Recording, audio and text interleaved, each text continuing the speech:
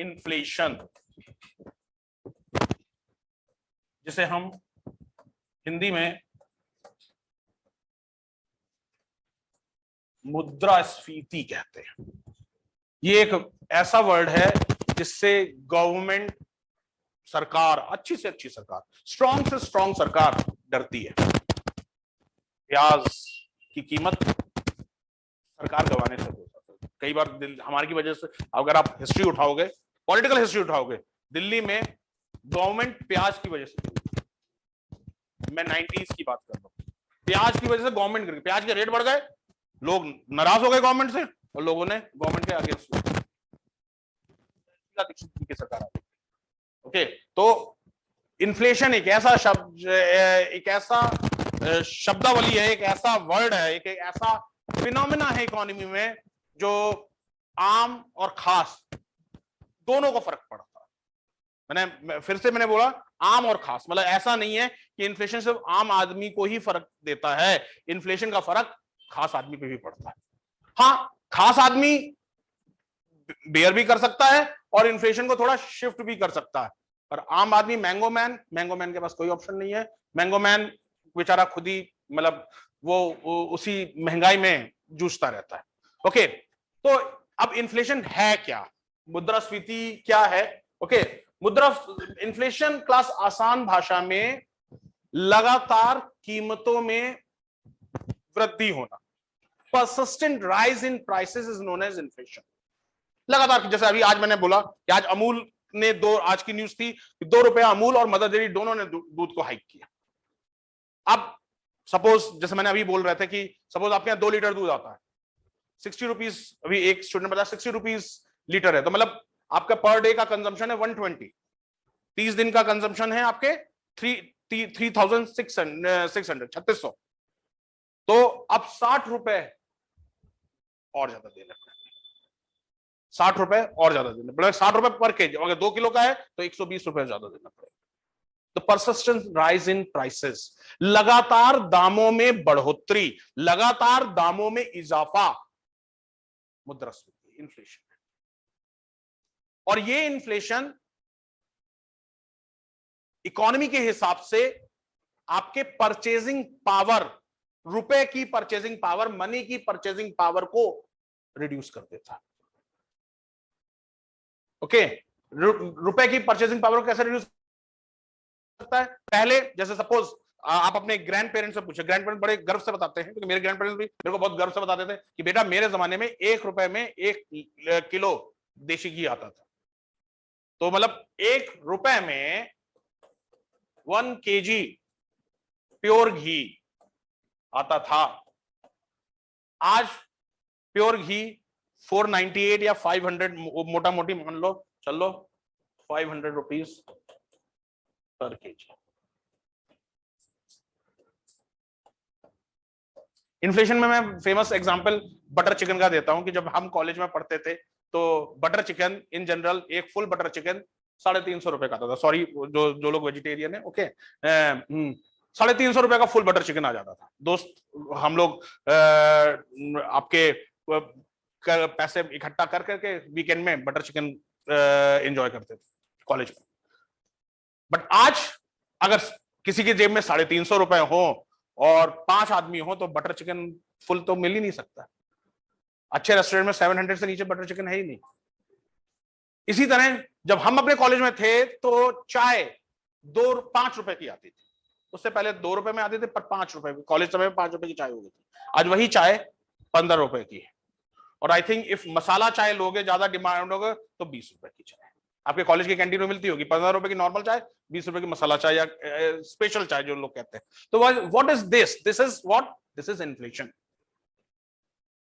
हमें महंगा पड़ा तो हमने कस्टमर को ट्रांसफर कर दिया। ओके, तो इन्फ्लेशन होता क्यों है? इन्फ्लेशन के कई रीजंस हैं, इन्फ्लेशन के बहुत सारे रीजंस आ जाते हैं।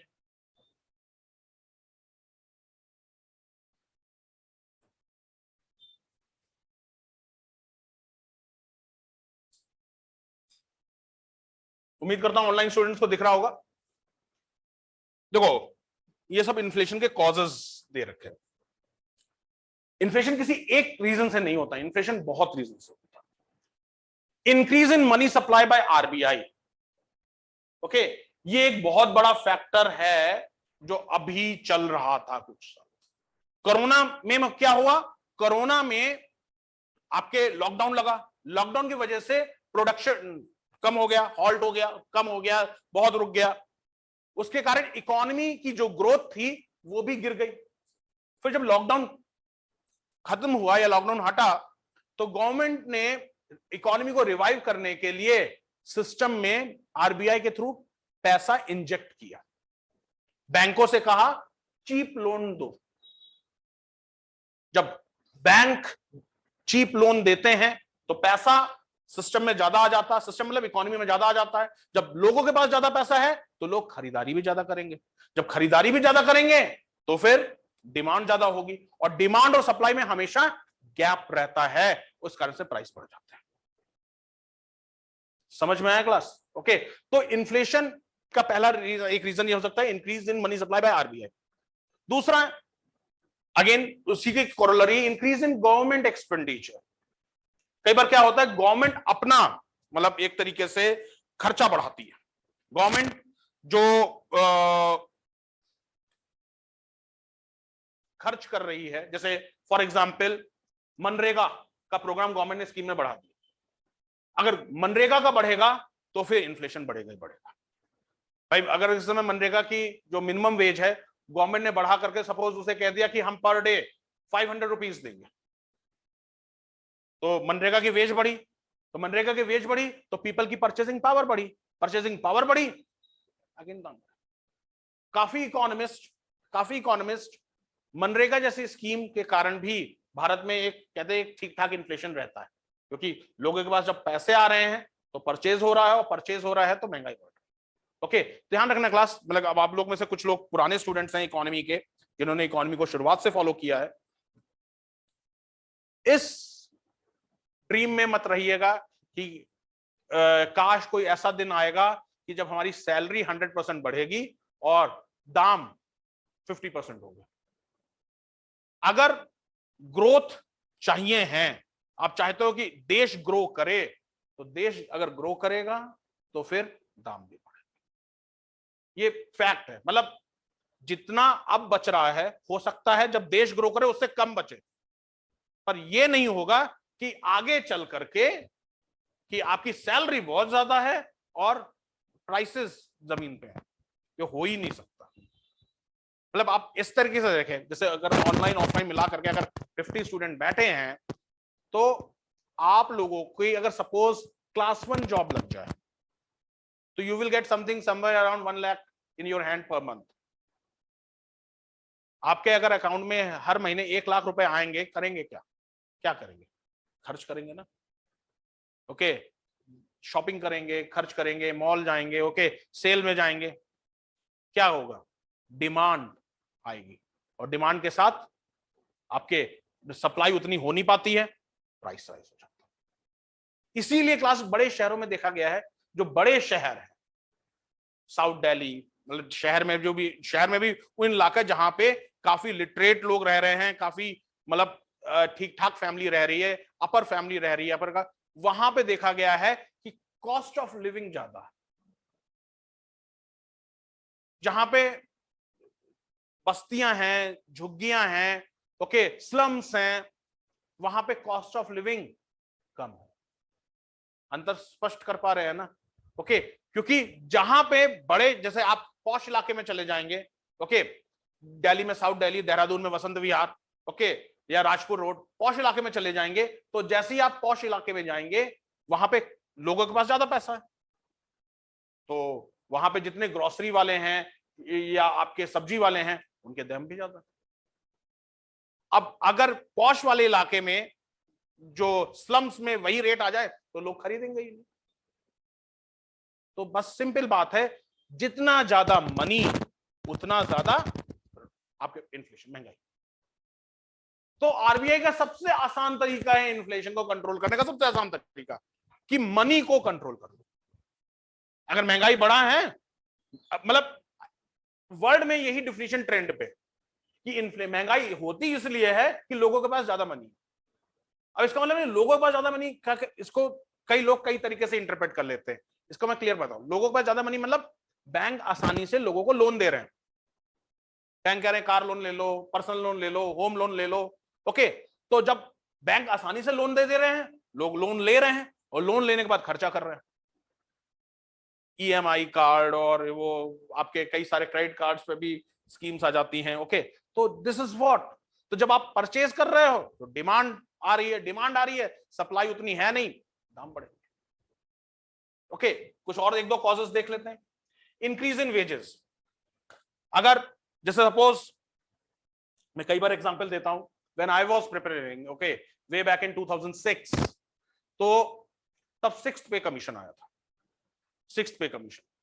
तो जैसे ही 6th पे कमीशन आया, विद इन 1.5 मंथ में ओवरऑल रेट सबके बढ़ गए।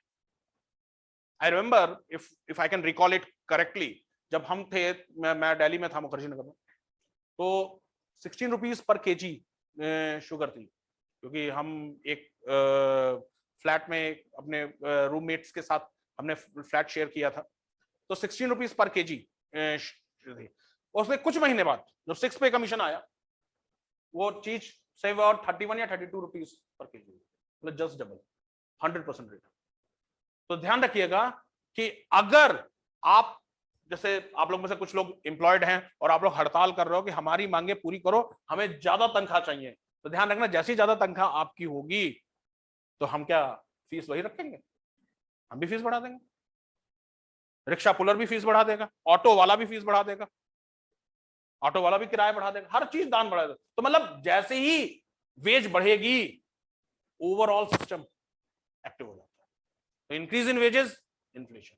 Okay, increase price in raw material, but obvious है, अगर लागत ज्यादा पड़ेगी तो लागत ट्रांसफर, जैसे फॉर एग्जांपल सबसे बेस्ट है पेट्रोल या diesel, crude oil. Because of this conflict, Ukraine और रशिया का कॉन्फ्लिक्ट है, क्रूड ऑयल प्राइसेस, और अगर मिडिल ईस्ट में कुछ ऊपर नीचे अपहेवल हो जाता है, क्रूड ऑयल प्राइसेस अप हो जाते हैं, क्रूड ऑयल प्राइसेस अप हो जाते हैं, तो भारत जैसे जो कि 70 या 80% क्रूड ऑयल पे ही डिपेंड रहते हैं, उनको महंगा चीज पड़ने लग जाती है। नेक्स्ट, ये लिंक है, increase in imports prices like crude oil, increase in profit of firms. जैसे जो देश का सबसे बड़ा, जस्ट मिनट गाइस, हाँ, देश का सबसे बड़ा टेलीकॉम नेटवर्क, ओके, पहले जिन्होंने खूब फ्री में चलाया था, ओके, फिर थोड़ा प्राइस बढ़ाया और अब प्राइस आप जान सकते हो कितना बढ़ गया। ओके, तो इनकी पहले फ्री में चलाया, अब प्रॉफिट कमा रहे हैं, धीरे धीरे और प्रॉफिट कमा रहे हैं। ओके, तो इंक्रीज इन प्रॉफिट फॉर्म। तो गाइस ये सारे कॉजेज हैं आपके इन्फ्लेशन के, इसी कारण से महंगाई बढ़ती है।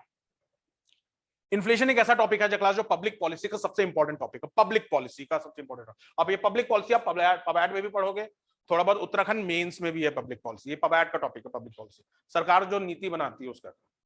ओके, तो पब्लिक पॉलिसी का मतलब, जैसे मैंने कहा, पब्लिक पॉलिसी जो सरकार जो जनता के लिए नीति बनाती है, वो हम पब्लिक पॉलिसी कहते हैं। और इन्फ्लेशन उसका सबसे one of the important topic, किस तरीके से महंगाई कंट्रोल किया जाए। अभी आपने देखा होगा पार्लियामेंट तक में 2 दिन डिस्कशन चला था, एक दिन लोकसभा में और एक दिन राज्यसभा में। ओके, जहां पे एक एमपी ने रॉ ब्रिंजल खा करके भी दिखाया था कि मतलब जब गैस के दाम इतने बढ़ रहे हैं तो लोग अब कच्ची सब्जियां खाएंगे, मतलब ये एक एग्जाम्पल दिया था। ओके, तो कहने का मतलब यह है कि इन्फ्लेशन एक ऐसा चीज है जिससे हर गवर्नमेंट कहीं ना कहीं इन्फ्लेशन के बढ़ने से हर गवर्नमेंट में चिंता की लकीरें आ जाती हैं, बिकॉज पीपल सफर करते हैं। जैसे मैंने कहा, मैंगो मैन सफर करते हैं, आम आदमी सफर करते हैं। इन्फ्लेशन उनके लिए ज्यादा खतरनाक है जिनके फिक्स्ड इनकम है। अब फिक्स्ड इनकम कैसे? जो लोग, जैसे आपकी पॉकेट मनी, अगर आप एम्प्लॉयड नहीं है, you are dependent on your parents, okay, तो पेरेंट्स आपको पॉकेट मनी देते हैं, वो फिक्स्ड है। ओके, अब आपके कोई फ्रेंड या गर्लफ्रेंड या बॉयफ्रेंड, किसी की बर्थडे आ रही है और आपने कहा कि चलो आओ पीवीआर में करते हैं, पर पॉकेट मनी लिमिटेड है। ओके, अब 200-300 रुपए का तो पॉपकॉर्न ही आ जाता है और 500 रुपए का टिकट आ जाता है, कैसे चलेगा? ओके, तो मतलब अगर आपकी सपोज पॉकेट मनी मंथली 5000 तो शायद बहुत कम की होगी, मुश्किल से 1000-1500 पॉकेट मनी होती है, तो फिर यही होगा कि कॉमन थिएटर में मूवी दिखा लो, ओके, या यूट्यूब में, ओके, अदरवाइज कोई चारा नहीं है। ओके, तो कहने का मतलब है जिनकी फिक्स्ड इनकम है, पेंशन याफ्ता जो पेंशनर्स हैं, उनको हर्ट करेगा ही करेगा। पुअर पीपल हैं उनको हर्ट करेगा ही करेगा। बिजनेसमैन को हर्ट करता है, लॉन्ग टर्म में हर्ट करता है बिजनेसमैन, क्योंकि डेफिनेटली उनकी भी फैमिली है भैया। मतलब कोई भी बिजनेस, मतलब अंबानी जी हो, अडानी जी हो, जो भी हैं, उनकी भी अपनी फैमिली है, उनके अपने हिसाब से शौक है, वो है नहीं, शौक बड़ी चीज है। ओके, उनके अपने हिसाब से शौक है वो तीन। ओके, तो कहने का मतलब ये है कि इन्फ्लेशन हर किसी को हर्ट करता है। अमीर लोगों को भी हर्ट करेगा, लॉन्ग टर्म में हर्ट करता है। अमीर लोगों को तुरंत क्यों नहीं हर्ट करता? क्योंकि बिकॉज वो इन्फ्लेशन को ट्रांसफर कर देते हैं। सपोज आप ग्रोसरी शॉप गए, स्टोर गए, इजी डे या कोई भी आप स्टोर ले लीजिए, ओके, बिग बाजार, कोई भी, तो जैसे अगर इन्फ्लेशन दाम बढ़ रहे हैं, वो क्या करेंगे? सबके टैग चेंज कर देंगे। टैग चेंज हो गए तो उन्होंने प्राइस को आप पे ट्रांसफर कर दिया, हम पे ट्रांसफर कर दिया प्राइस। तो बिजनेसमैन या आपके जो बिजनेस कम्युनिटी है, वो प्राइस को ट्रांसफर करके कुछ समय के लिए इन्फ्लेशन से बच जाता है, बट लॉन्गर रन में इन्फ्लेशन उनको भी इफेक्ट करता है। क्यों भाई? आएंगे जाएंगे, पेट्रोल सही तो लगेगा, खाएंगे भी तो वो चीजें, कॉमन चीजें करेंगे, तो इन्फ्लेशन तो उनको भी इफेक्ट करेगा। पर for some time they can reduce the impact of inflation by transferring the inflation. Clear है गाइस? ओके, तो इन्फ्लेशन एक बहुत इंपॉर्टेंट टॉपिक है क्लास, ज्यादा बड़ा नहीं है, जैसे बैंक 21-22 लेक्चर का टॉपिक रहा था, ये मुश्किल से 5 या 6 लेक्चर का टॉपिक है। ओके, इन्फ्लेशन पढ़ेंगे, causes of inflation, types of inflation पढ़ेंगे, फिर कॉजेज ऑफ इन्फ्लेशन पढ़ेंगे, फिर फिलिप कर्व पढ़ेंगे, इन्फ्लेशन एंड एम्प्लॉयमेंट पढ़ेंगे, फिर उसके बाद डीफ्लेशन पढ़ेंगे, ओके, फिर रिसेशन पढ़ेंगे, ओके, और फिर इन्फ्लेशन से कुछ important topic, inflation index, bonds, okay, ये सारे चीज देखेंगे और chapter will be over. Okay, clear है गाइस? हेडिंग डालिए क्लास, इन्फ्लेशन।